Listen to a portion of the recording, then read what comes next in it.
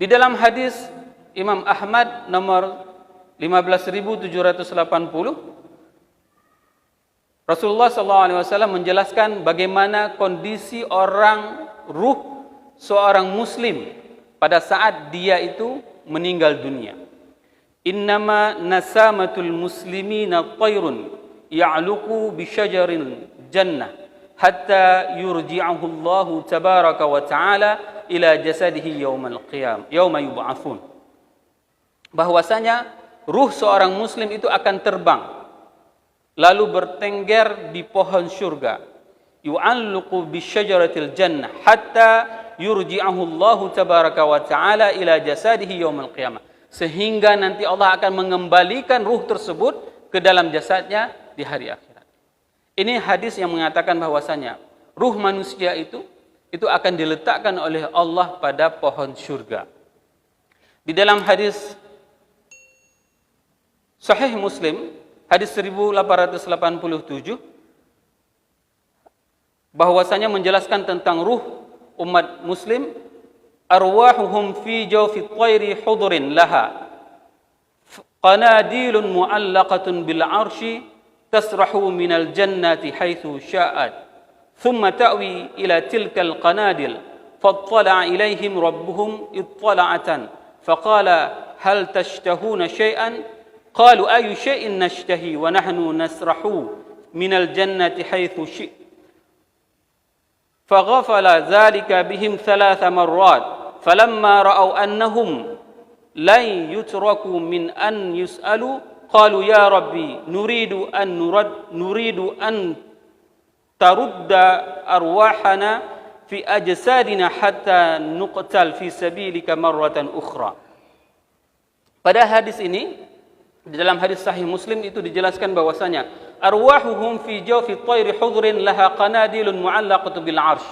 Bahwasanya ruh orang-orang mukmin itu mereka itu bergantungan di dalam kantung burung.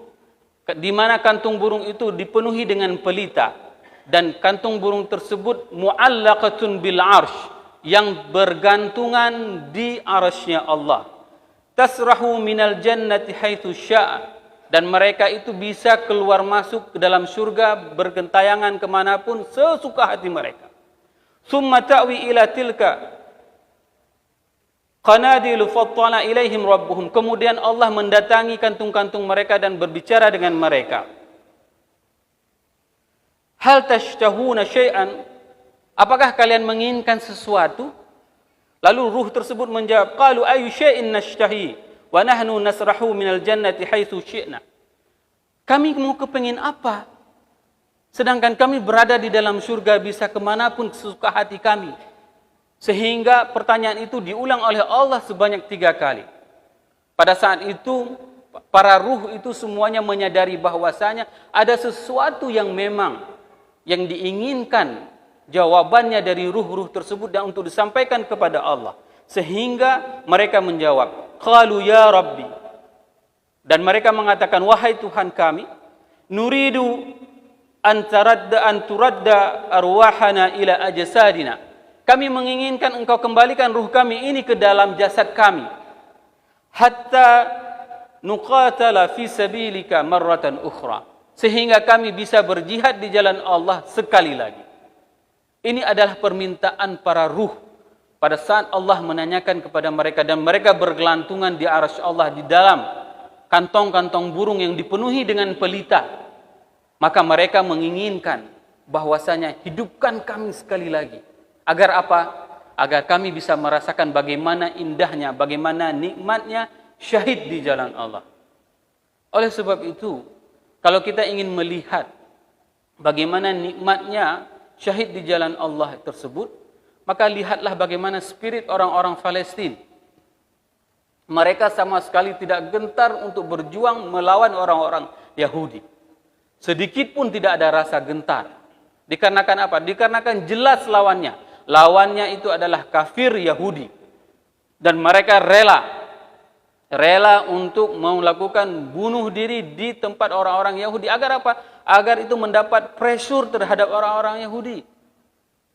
Inilah bagaimana jiwa jihad yang dimiliki oleh orang-orang Palestin. Kenapa? Karena mereka mempunyai sebuah prinsip dan pemahaman bahwasanya jihad di jalan Allah itu jelas nikmatnya. Bukan seperti pemahaman jihad yang dipahami oleh orang-orang segelintir di Indonesia hari ini. Pada saat mereka meledakkan diri mereka di mall, ini bukan jihad namanya. Ini kesalahpahaman tentang Islam, kesalahpahaman tentang jihad. Bukan jihad seperti itu. Saat mereka meledakkan diri dengan bom panci, saat mereka meledakkan diri dengan bom apapun yang bisa meninggalkan, yang bisa merenggut nyawa umat Islam, ini bukan jihad namanya. Akan tetapi medan jihad itu sudah sangat jelas, di mana Allah masih menyisakan satu tempat, buq'atil ard, yaitu tempat di mana orang-orang Yahudi berkumpul semuanya. Maka disitulah jelas medan jihad bagi orang-orang Islam. Ini merupakan gambaran bagaimana kondisi ruh tersebut apabila seseorang ruh tersebut itu meninggal dunia, dan meninggalnya dikarenakan jihad fisabilillah. Bapak Ibu jemaah yang dirahmati Allah, di dalam Mu'jam Kabir Imam At-Tabarani juz 25 halaman 282 menjelaskan bahwasanya hadis bin Samurah Al-Quraisy qala kharaja ilaina Rasulullah sallallahu alaihi wasallam ghadatan faqala inni ra'aitu al-bariha ajaban ra'aitu rajulan min ummati atahu malakul maut liyaqbidahu ruhu faja'ahu birrul walidayhi famana'ahu. Ini merupakan di dalam kitab yang disebutkan di dalam kitab Tabaqat Asy-Syafi'iyyatul Kubra karangan Imam Tajuddin Asy-Syubki. Beliau menjelaskan ada beberapa amal yang bisa membuat seseorang itu dia mendapatkan kenikmatan pada saat dia meninggal di dalam kubur. Salah satunya ini disebutkan bahwasanya hadis dari Samurah Al-Quraisy mengatakan bahwasanya faja'ahu birrul biwalidayhi famana'ahu. Seseorang yang datang dengan amalan yaitu berbakti kepada orang tuanya. Ini merupakan salah satu amal yang bisa membuat seseorang pada saat dia berada di dalam kuburan, maka dia akan mendapatkan kenikmatan dari Allah. Salah satu kisah yang diriwayatkan oleh Syekh Al-Bantani, beliau salah seorang pengubur jenazah di Mekah. Beliau mendapatkan salah seorang jenazah yang meninggal di Mekah pada saat melakukan umrah. Dan ibunya itu mengeluh, menyesali terhadap perbuatannya. Apa yang dikatakan oleh ibu? Si ibu itu mengatakan bahwasanya, aku berdosa wahai Syekh. Aku paksakan anakku untuk melakukan umrah sehingga dia meninggal dunia. Ditanyakanlah bagaimana kisahnya. Si ibu menjelaskan bahwasanya dia pergi umrah itu dipaksa anaknya untuk pergi umrah. Dan ibunya sudah tua. Apa yang dia lakukan? Dengan keikhlasan seorang anak itu digendongnya ibunya. Digendong ibunya tawaf. Digendong tawaf. Setelah tawaf, setelah sa'i semuanya digendong ibunya dengan ikhlas ya. Dengan ikhlas. Pada saat itu apa yang terjadi? Dia meninggal dunia. Anak tersebut ya, di antara sekian banyak anak, cuman anak ini yang diminta oleh ibundanya. Meninggal dunia. Maka pada saat dikebumikan oleh Syekh Bantani tersebut, Syekh tersebut merasakan aroma kuburan yang sangat luar biasa. Harumnya luar biasa. Seakan-akan bukan dari harum minyak wangi apapun yang paling enak aromanya. Bukan na'ud, bukan syekhah, bukan apapun. Tapi ini jauh lebih enak aromanya. Sehingga Syekh Bantani itu penasaran dan menanyakan kepada keluarganya. Apa yang dilakukan si anak tersebut. Sehingga aroma kuburannya bisa sangat luar biasa. Pada saat itu ditanyakanlah kepada ibu dan diceritakannya. Ternyata dia adalah anak yang berbakti kepada orang tua. Anak yang berbakti kepada ibunya. Hari ini, berapa banyak di antara kita yang masih mempunyai orang tua? Akan tetapi masih banyak di antara kita yang menyia-nyiakan surga tersebut. Terkadang kita lebih memilih mimbar untuk mencari tempat syurga, padahal syurga tersebut ada di rumah kita. Cobalah tanyakan kepada orang-orang tua ini, apa yang paling bahagia mereka? Pada saat mereka sudah tidak sanggup lagi berjalan, maka mereka menginginkan ada anak yang memegang tangannya untuk bisa ke masjid. Ibunda itu paling senang kalau seandainya ada anak laki-lakinya yang memapahnya untuk pergi ke masjid. Maka itu akan didoakan oleh ibunda. Ini adalah surga yang berada di rumah kita. Surga yang paling murah harganya. Ada di rumah kita, paling dekat dengan kita. Maka di dalam hadis tersebut dikatakan bahwasanya pada saat malaikat akan mengazabnya, maka birrul walidain itu membuat seseorang itu mendapatkan kenikmatan di dalam kubur. Ini adalah pelajaran penting kepada kita semuanya, Bapak Ibu jamaah yang dirahmati Allah. Pada saat kita masih mempunyai orang tua, ayahanda, ibunda, maka jadikanlah mereka ini adalah sebagai surga yang berada di dalam rumah kita. Jangan pernah kita menyia-nyiakan mereka. Tanyakan kepada mereka apa keinginan mereka. Bahkan ada orang tua yang memesan bahwasanya, Ustaz, tolong sampaikan kepada anak saya, jangan siksa kerinduan saya. Coba bayangkan, tinggal sekota dengan ibunya tapi dia tidak mau dan tidak mau singgah setiap hari ke rumah ibunya. Ini adalah sebuah duka yang dirasakan oleh seorang ibunda. Pada saat dia tinggal sekota dengan anaknya tapi anaknya tidak mau untuk menziarahinya, menjenguknya. Tersiksa, kerinduan yang sangat luar biasa. Padahal dulu waktu dia kecil itu dididiknya. Sehingga apa? Sehingga pada saat dia malam, dia mau salat tahajud tidak bisa. Dikarenakan dia mendidik anaknya, dikarenakan dia mengasuh anaknya. Sehingga pada saat dia muda, pada saat dia mendidik anaknya, maka dia masih terkurang bagaimana bacaan Qur'annya.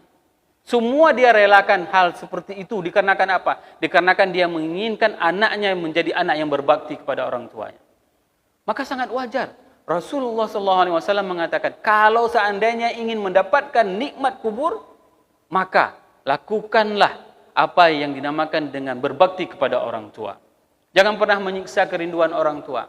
Kalau seandainya kita tinggal di luar, tidak sekota dengan orang tua, maka teleponlah. Telepon orang tua. Apalagi sekarang sudah ada media video call. Tatap wajahnya. Ada kerinduan yang dia inginkan dari anaknya, dari suara anaknya. Suara yang membuat dia itu tidak bisa nyenyak tidur malam. Suara yang membuat dia itu tidak bisa tahajud malam. Suara yang membuat dia itu tidak bisa mendekatkan dirinya kepada Allah pada saat dia masih muda. Suara itu yang ingin dia dengarkan hari ini. Suara dari panggilan dari anaknya. Suara perhatian dari anaknya menanyakan bagaimana kabar ibundanya. Bagaimana kabar ayahandanya. Kalaulah seandainya ini kita lakukan bagi yang masih mempunyai orang tua, maka ini adalah sebuah kesempatan kepada kita semuanya untuk melakukan birrul walidain. Karena apa? Pada saat mereka sudah meninggal dunia, maka mereka tidak bisa lagi kita miss call beratus kali pun tidak akan pernah lagi terjawab panggilannya. Berapa banyak di antara jamaah kita, lihatlah bagaimana spirit, semangat dari bapak, dari ayah bunda yang pergi salat di sini. Ada di antara mereka yang dibawa oleh anaknya setiap subuh. Ada di antara mereka yang dibawa dengan motor oleh anaknya, dengan mobil. Bahkan ada salah satu jamaah kita, dia tinggal di Cunda di sana. Pada saat ibunya masih ada, dia ambil ibunya di Luxmawe. Setelah itu dia bawa ke Masjid Baitur Rahmah. Begitulah pengorbanan seorang anak terhadap ibundanya. Dan ini merupakan sesuatu yang sangat luar biasa. Kalau seandainya si ibunda tersebut bisa menceritakan bagaimana indahnya, maka dia akan menceritakan kepada kita semuanya. Bagaimana indahnya pengabdian dari seorang anak terhadap orang tua. Bagi yang mereka sudah tidak ada lagi ibundanya, maka pengabdian tersebut adalah Rabbi auzi'ni an ashkura ni'mataka allati an'amta alayya wa ala walidayya. Bahwasanya kita bersyukur terhadap nikmat yang diberikan oleh Allah itu dengan cara mendoakannya, dengan cara berbuat baik kepadanya. Ini yang harus kita lakukan. Pada saat kita diberi kesempatan oleh Allah amanah harta, maka jadikanlah amanah harta tersebut sebagai pengabdian kecintaan kita kepada orang tua kita. Terlebih dalam waktu 1 bulan ini, kita akan memasuki dengan hari yang penuh dengan kebahagiaan, yaitu hari Idul Adha. Walaupun di Indonesia hari Idul Adha itu hanya liburnya 1 hari, akan tetapi di dalam syiar Islam seharusnya hari inilah hari yang paling meriah. Dikarenakan mempunyai hari tasyrik. Dan pada hari tersebut kita akan menyembelih hewan kurban. Berapa banyak di antara kita yang masih mempunyai kecintaan terhadap orang tua yang tidak sempat berkurban dulunya dikarenakan membesarkan kita. Hari ini adalah kesempatan kepada kita semuanya untuk membalas budinya.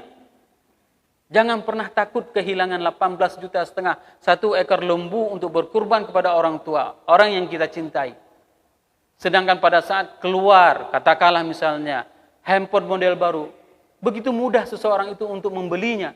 Harganya tidak tanggung-tanggung. 30 juta dia sanggup membelinya. 40 juta dia sanggup membelinya. Untuk kepentingan dunia, akan tetapi begitu untuk kepentingan akhirat, maka dia penuh dengan perhitungan-perhitungan. Seharusnya ini adalah kesempatan yang masih diberikan oleh Allah kepada kita semuanya. Allah mesti memberikan kehidupan kepada kita sehingga apa? Sehingga dengan kesempatan ini bisa bertambah keimanan kita kepada Allah dan bisa kecintaan kita kepada Allah. Semoga apa yang saya sampaikan ini bermanfaat kepada diri saya dan kepada jemaah semuanya. Asyhadu an la ilaha illa anta astaghfiruka wa atubu ilaik. Wassalamualaikum warahmatullahi wabarakatuh.